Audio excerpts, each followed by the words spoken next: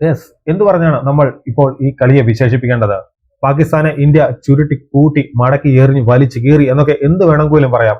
തകർപ്പൻ വിജയമാണ് പാകിസ്ഥാന് മേൽ ഇന്ത്യ നേടിയിരിക്കുന്നത്. പാകിസ്ഥാൻകാർ ഇപ്പോൾ ആലോചിക്കുന്നുണ്ടായിരിക്കും, അന്ന് ആ കളി അങ്ങ് ഉപേക്ഷിച്ചാൽ മതിയായിരുന്നെന്ന്. അല്ലെങ്കിൽ വേണ്ട, ഇന്നൊരു മഴ പെയ്തല്ലോ, ആ മഴയിലെങ്കിലും ഈ കളി അങ്ങ് നടക്കാതിരുന്നാൽ മതിയെന്ന്. എങ്കിൽ ഇത്രയും നാണം കടയേണ്ടി വരില്ലായിരുന്നു. 61 റൺസിന്റെ തകർപ്പൻ വിജയം ഇന്ത്യ പാകിസ്ഥാൻ മേൽ നേടിയിരിക്കുകയാണ്. മത്സരത്തിൽ ആദ്യം ബാറ്റ് ചെയ്ത ഇന്ത്യ 20 ഓവറിൽ 7 വിക്കറ്റ് നഷ്ടത്തിൽ 175 റൺസ് എടുത്തപ്പോൾ 18 ഓവറിൽ 114 റൺസിന് പാകിസ്ഥാൻ ബാറ്റർമാരെല്ലാം തിരിച്ച് കൂടാരം കയറി. അഭിഷേകിനെ ഞങ്ങളുടെ കയ്യിൽ കിട്ടാൻ കാത്തിരിക്കുകയാണെന്നാണ് പാകിസ്ഥാൻ താരങ്ങൾ പറഞ്ഞത്. വെറും 4 പന്തിൽ റൺ ഒന്നും എടുക്കാതെ അഭിഷേക് മടങ്ങി. എന്നാൽ അഭിഷേക് മാത്രമല്ല, ടീം ഇന്ത്യയിൽ വേറെയും കളിക്കാനുണ്ടെന്ന് പാകിസ്ഥാൻ മറന്നുപോയി. ഇഷാൻ കിഷാൻ ഒരു ഒറ്റയാൾ പ്രകടനമാണ് നടത്തിയത്.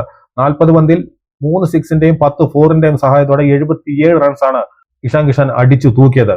തിലക് വർമ്മ 24 പന്തിൽ 25 റൺസ് എടുത്തപ്പോൾ സൂര്യകുമാർ യാദവ് 29 പന്തിൽ 32 റൺസ് എടുത്തു. ഹർദിക് പാണ്ഡ്യ നേരിട്ട ആദ്യത്തെ പന്തിൽ റൺ ഒന്നും എടുക്കാതെ മടങ്ങി. ശിവം ദുബെ 17 പന്തിൽ 27 റൺസ് എടുത്തപ്പോൾ റിങ്കു സിംഗ് 4 പന്തിൽ 11 റൺസ് എടുത്തു. അക്സർ പട്ടേൽ ഗോൾഡൻ ഡക്കായിട്ട് മടങ്ങി. അങ്ങനെയാണ് ഇന്ത്യ 175 എത്തിയത്.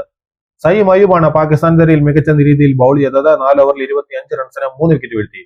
അവർക്ക് വേണ്ടി ബൗളിംഗ് ഓപ്പൺ ചെയ്ത സൽമാൻ അലി ആകെയാണ്. അദ്ദേഹമാണ് അഭിഷേക് ശർമ്മയെ മടക്കിയത്. ഇന്ത്യൻ താരങ്ങളെ കറക്കി വീഴ്ത്തുമെന്ന് എല്ലാവരും പ്രവചിച്ചിരുന്ന ഉസ്മാൻ താരിഖ് 4 ഓവറിൽ 24 റൺസ് വഴങ്ങി 1 വിക്കറ്റ് വീഴ്ത്തി. മറുപടി ബാറ്റിംഗിൽ അതേ നാണയത്തിൽ തന്നെയാണ് ഇന്ത്യ തിരിച്ചടിച്ചത്. 4ാമത്തെ പന്തിൽ ഫർഹാനെ ഹർദിക് പാണ്ഡ്യ മടക്കി വിട്ടു. സ്കോർ ബോർഡിൽ ഒറ്റ റൺസ് പോലും അന്നേരം ഇല്ലായിരുന്നു. 6ാമത്തെ റൺസിൽ പാകിസ്ഥാന്റെ 2ാമത്തെ വിക്കറ്റ് വീണു. സയ്യിം അയ്യൂബ് ബുംറയെ ഒരു സിക്സിനൊക്കെ തൂക്കിയെങ്കിലും തൊട്ടടുത്ത പന്തിൽ തന്നെ ബുംറയ്ക്ക് തന്നെ വിക്കറ്റ് നൽകി മടങ്ങി. പിന്നെ അവരുടെ ക്യാപ്റ്റന്റെ ഊഴമായിരുന്നു. 4 റണ്ണോടെ സൽമാൻ അലി ആകെ മടങ്ങി. പിന്നാണ് ബാബർ അസം വന്നത്.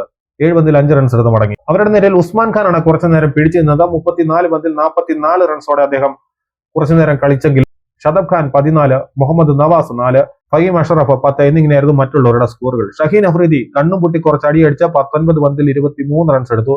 അബ്രാർ അഹമ്മദ് ഗോൾഡൻ ഡക്കായി. ഉസ്മാൻ താരിഖ് 3 പന്തിൽ റണ്ണൊന്നും എടുക്കാതെ മടങ്ങി. അങ്ങനെ വെറും 114 റൺസിന് ബാറ്റർമാരെല്ലാരും തിരികെ പോയി.